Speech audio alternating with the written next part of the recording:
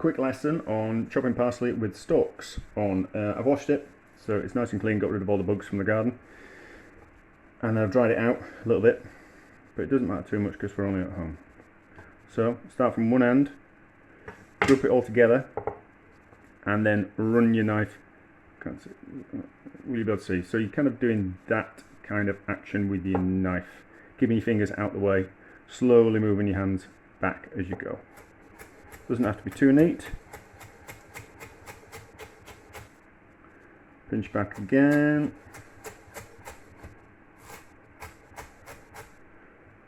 Pinch back again.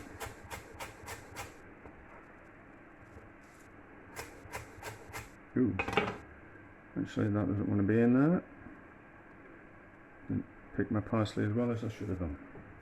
So again.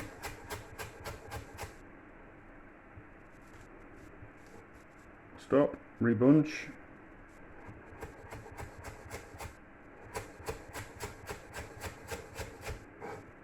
You can chop parsley forever and get as fine as you like, but what I do find is that you end up with your board having much more flavour of parsley because you've ground it into your wooden board than your actual parsley itself.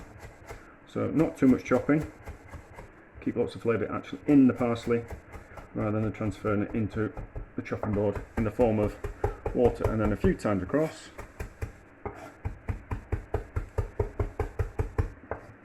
Get rid of that, and then that will be about as fine as we need it.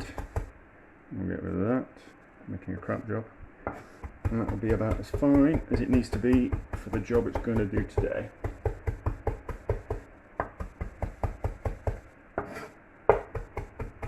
That's fine.